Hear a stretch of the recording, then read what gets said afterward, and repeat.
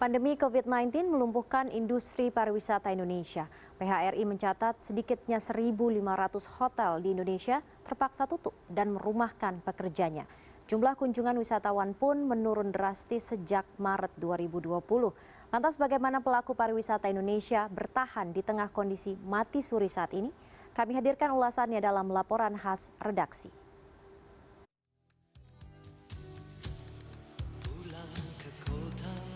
Tak ada lagi hiruk-pikuk pejalan kaki dan wisatawan di jantung kota Yogyakarta ini sejak wabah COVID-19 menjadi ancaman serius di negeri ini.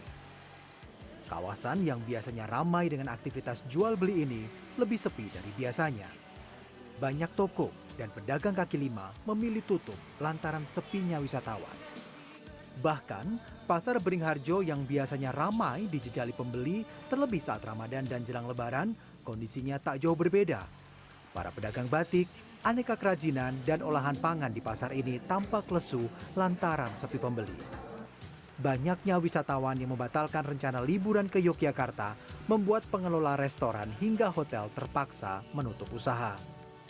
Udah hampir 2 mingguan, terasa banget. Kemarin ramai sempat 2 hari aja. Alhamdulillah bisa dikatakan berkah buat pedagang-pedagang, tapi cuma beberapa hari aja. Begitu juga dengan Pulau Dewata Bali yang hingga kini masih sepi. Pengelola daerah tujuan wisata Alas Kedaton Tabanan Bali kini harus berjuang mempertahankan keberadaan ribuan keranya. Sejak pertengahan Maret lalu, Alas Kedaton Tabanan Bali ditutup total. Penutupan ini mengakibatkan kerugian 150 hingga 200 juta rupiah per bulan.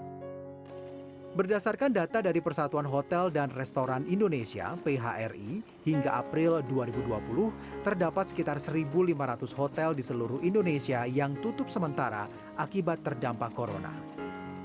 Daerah tujuan wisata super prioritas Pulau Lombok, salah satunya Gili Air, tak lepas dari imbas corona.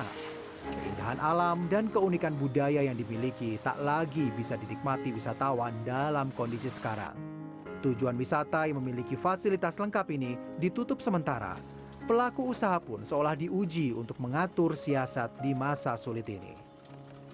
Jadi kami langkah awal yang ditempuh sih merumahkan sebagian karyawan, bahkan mungkin semua karyawan ya. Jadi mengurangi pengeluaran seperti mematikan listrik, air bersih, seperti itu.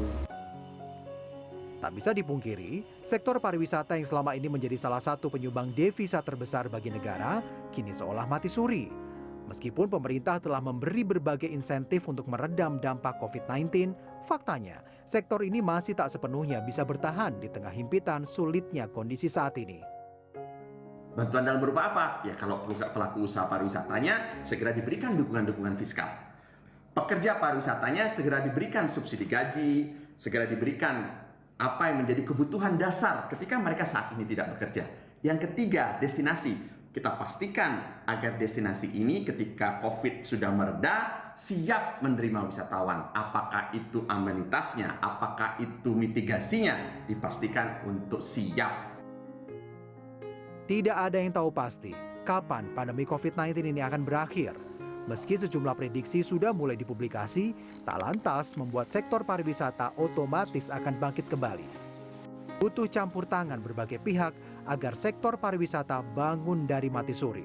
Optimistis menjadi kata kunci yang harus dimiliki oleh siapapun yang bergerak di sektor pariwisata, agar pasca wabah corona, Indonesia masih menjadi tujuan wisata yang diminati oleh pengunjung domestik maupun mancanegara. Tim Liputan CNN Indonesia.